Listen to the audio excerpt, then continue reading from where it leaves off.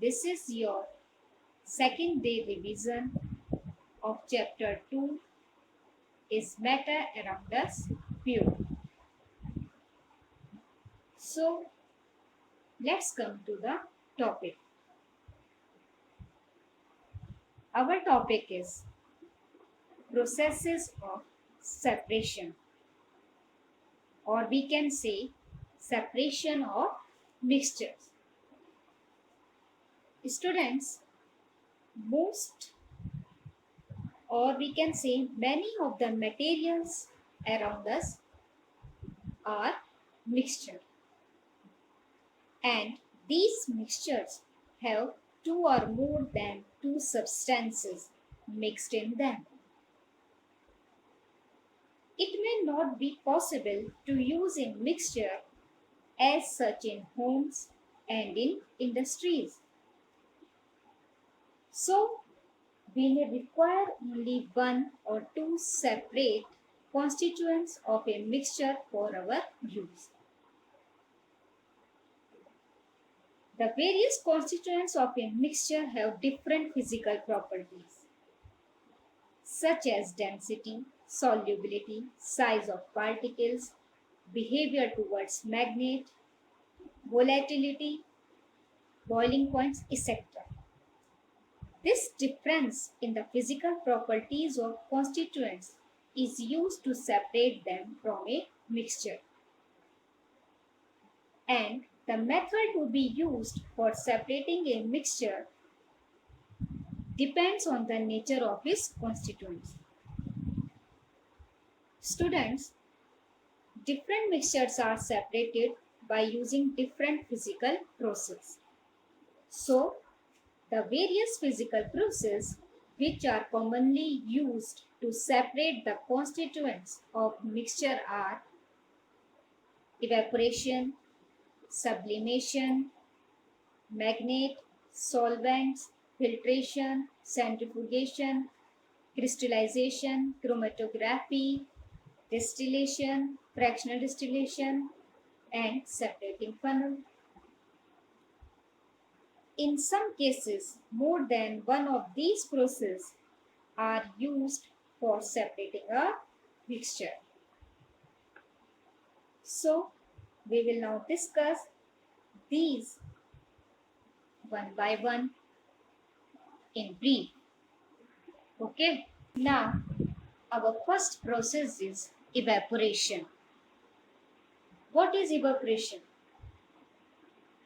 The changing of a liquid into vapors, or we can say gas, is called evaporation. Students, evaporation is used to separate a solid substance that has dissolved in water or any other liquid.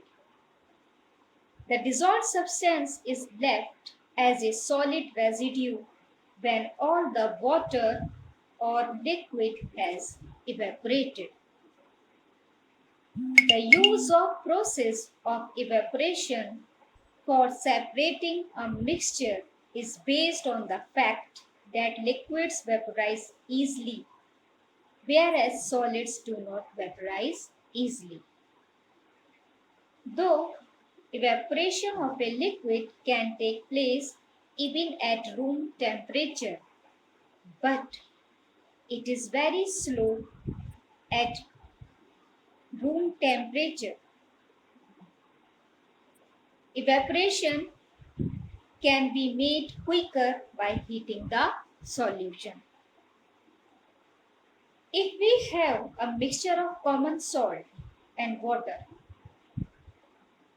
then we cannot separate common salt from water by filtration or centrifugation. Why? Because common salt is completely dissolved in water and not insoluble in it.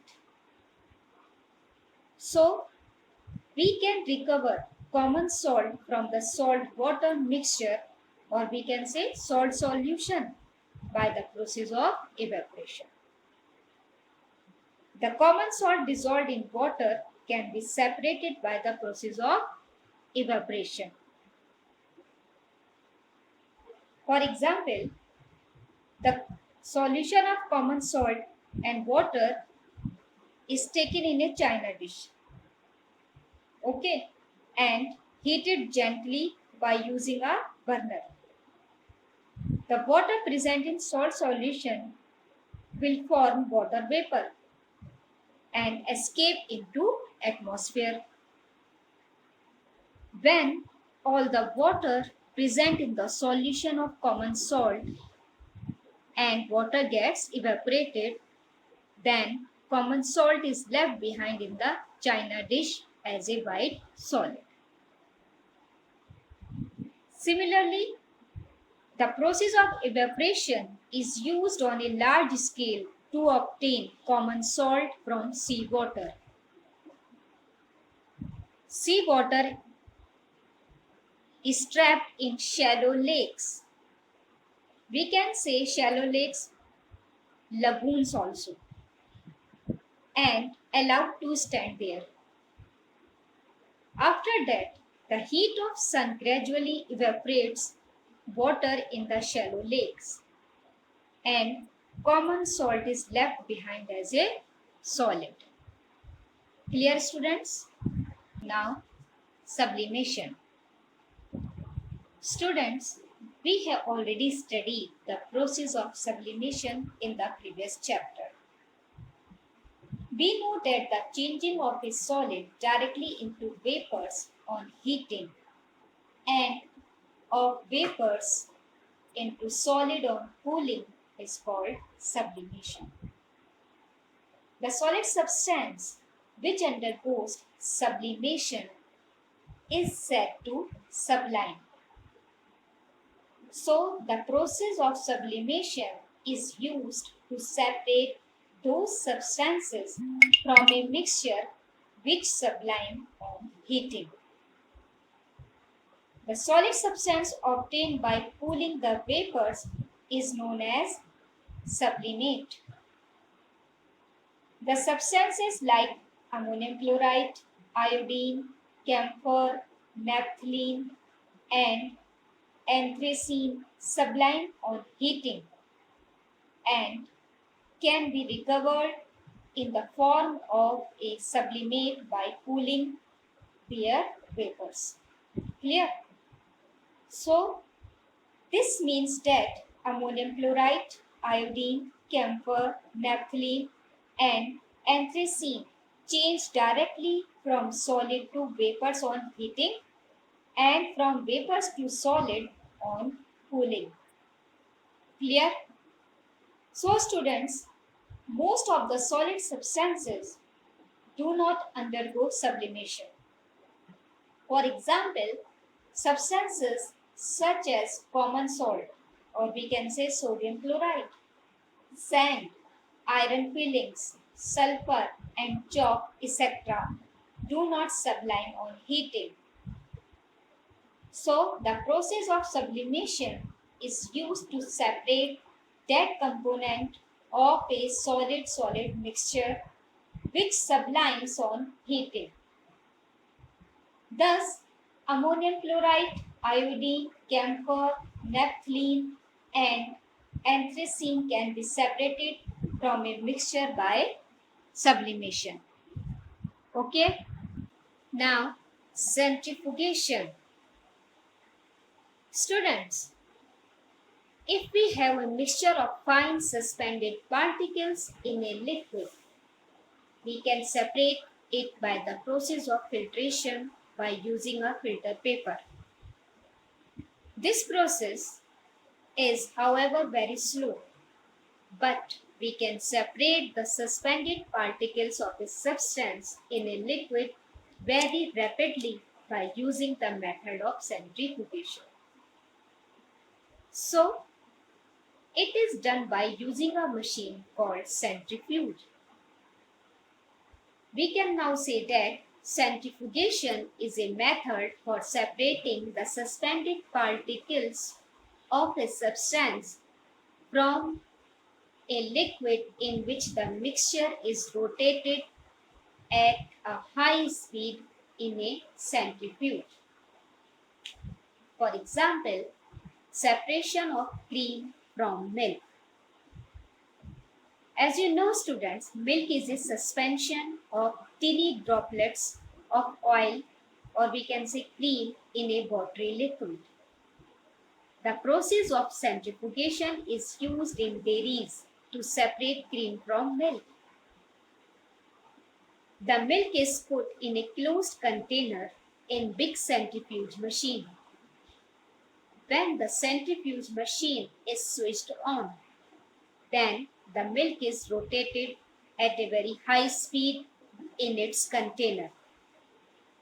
Due to this, the milk separates into cream and skimmed milk. The cream, being lighter, floats over the skimmed milk, so it can then be removed. Thus, cream is separated from milk by centrifugation. So, the process of centrifugation is also used in washing machines to squeeze out water from wet clothes and make them dry. Clear, students? Now, separation by a separating funnel. A mixture of two immiscible liquids can be separated by using a separating funnel. Or we can say it is a process to separate two miscible liquid from each other by using separating funnel. Just shown in figure. A separating funnel is a special type of funnel which has a stopcock, or we can say tap, in its stem to allow the flow of a liquid from it, or to stop the flow of liquid from it. So, the separation of two immiscible liquids by a separating funnel depends on the difference in their densities. We will now describe how a mixture of two immiscible liquids is separated by using a separating funnel. Students, the mixture of two immiscible liquids is put in a separating funnel. Okay, and it allowed to stand for some time. After that, the mixture separates into two layers according to the densities of the liquids in it. In this, the heavier liquid, or we can say denser liquid, forms the lower layer, whereas the liquid which has lower density forms the upper layer. On opening the stopcock of separating funnel, the lower layer of heavier liquid comes out first and collected in a beaker. When the lower layer of heavier liquid has completely run off, the stopcock is closed. Then the lighter liquid in the upper layer is collected in a separate beaker by opening the stopcock again. For example, water and oil are two immiscible liquids. So, a mixture of water and kerosene oil can be separated by using a separating funnel. When the mixture of water and kerosene is put in a separating funnel, it forms two layers. As water, being heavier, forms the lower layer in the separating funnel, whereas kerosene, being lighter, from the upper layer. On opening the stopcock of separating funnel, the lower layer of water comes out first and collected in a beaker. When the water layer has completely run off, then the stopcock is closed and the kerosene is left behind in the separating funnel, and it can be removed in a separate beaker by opening the stopcock again. Okay? Now, separation by chromatography. Chromatography is a technique of separating two dissolved solids which are present in a solution in very small quantities.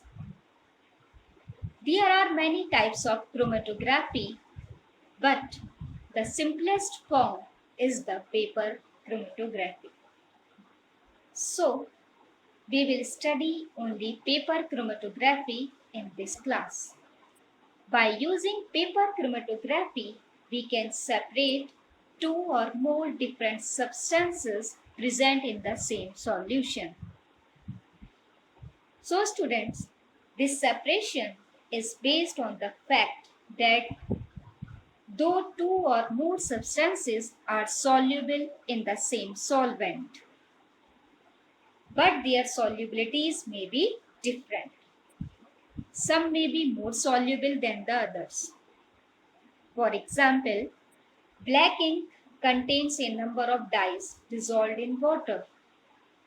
These dyes have different solubilities in water, and this fact is used to separate the dyes present in black ink. It is most easy to perform chromatography experiments with the mixtures of colored materials like inks and other dyes because they separate to give colored components which can be seen easily as colored spots on the paper. A special type of paper called chromatography paper is used for carrying out separations by chromatography. For ordinary purposes, however, filter paper can also be used for paper chromatography experiments. We will now describe the process of separation of dissolved solid from a solution by paper chromatography by taking the example of black ink. Students, black ink is a mixture of several colored substances or dyes which can be separated by paper chromatography. The different colored dyes present in black ink can be separated by performing a paper chromatography experiment. Okay, so student, just see in the figure. First, take a thin and long strip of filter paper and draw a pencil line on it. It is about 3 centimeters from one end. Second, put a small drop of black ink on the filter paper strip at the center of the pencil line. Just see figure 76A. Let the ink dry. When the drop of ink has dried, the filter paper strip is lowered into a tall glass jar containing some water in its lower part. Then the filter paper strip is held vertically by attaching its upper end to a glass rod with sellotape. Students, please note that though the lower end of the paper strip should dip in water, but the pencil line should remain above the water level in the jar. Just see figure B. Then the water gradually rises up the filter paper strip by capillary action. As water moves up the paper strip, it takes along the dyes present in ink. The dye which is more soluble in water dissolves first, rises faster, and produces a colored spot on the paper at a higher position. The less soluble dyes dissolve a little later, rise slower, and form colored spots at lower heights. In this way, all the dyes present in black ink get separated. Just see figure C. When the water reaches near the top end of the filter paper strip, the paper strip is removed from the jar and dried. The paper with its separate colored spots is called a chromatogram. The see figure D. The chromatogram obtained by using black ink in this experiment has three colored spots on it. This means that the given sample of black ink has three different dyes mixed in it. So students, chromatography is an important tool in chemical analysis. It is used to separate small amounts of dissolved substances. Clear? Some of the important applications, or we can say uses, of chromatography are: number one, separation of drug from blood; second, separation of chlorophyll from leaves; third, separation of colors from dye; fourth, it is used in forensic science to detect and identify trace amounts of substances like poisons in the contents of bladder or stomach. Fifth, it is used to separate small amounts of products of chemical reactions. So student, what is chromatography? Chromatography, it is a process to separate different colors soluble in same liquid, or we can say chromatography is a technique of separating two or more dissolved solids which are present in a solution in very small quantities. Student, this is your classwork of chapter 2 is matter around the spew. Let's move to the questions. Question 1. How can we separate a mixture of two immiscible liquids? So the answer is by using separating funnel. Second, define chromatography. Chromatography, it is a technique of separating those solutes which can dissolve in the same solvent at different rates. Or we can say it is a technique of separating two or more dissolved solids which are present in a solution in very small quantities. Okay. Now question 3.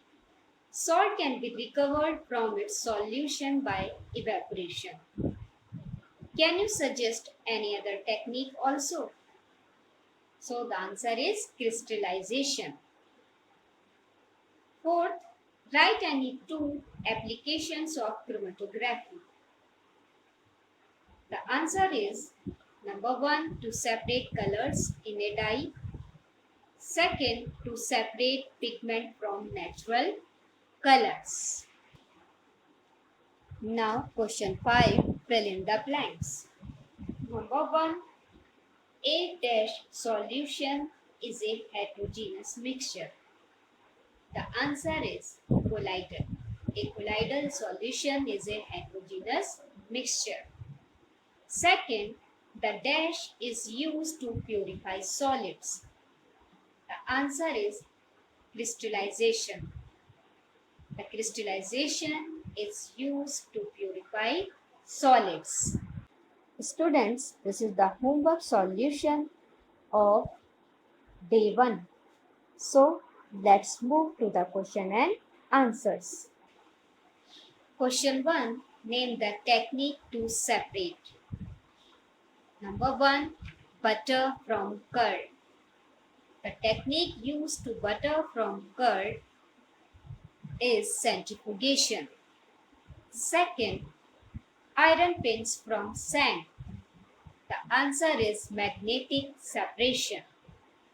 Third, oil from water. The answer is separating funnel. We can separate oil from water by using separating funnel. Now, question 2. Define solute and solvent. The substance which is dissolved in a liquid to make a solution is called the solute, while the liquid in which solute is dissolved is known as solvent. Question 3. What are elements? Give 4 examples. An element is a substance which is made up of only one kind of atoms. For example, iron, copper, sodium, and diamond. Question 4. List any 2 aqueous solution. The answer is sugar in water and salt solution. These are the 2 aqueous solution. Question 5. What is saturated solution?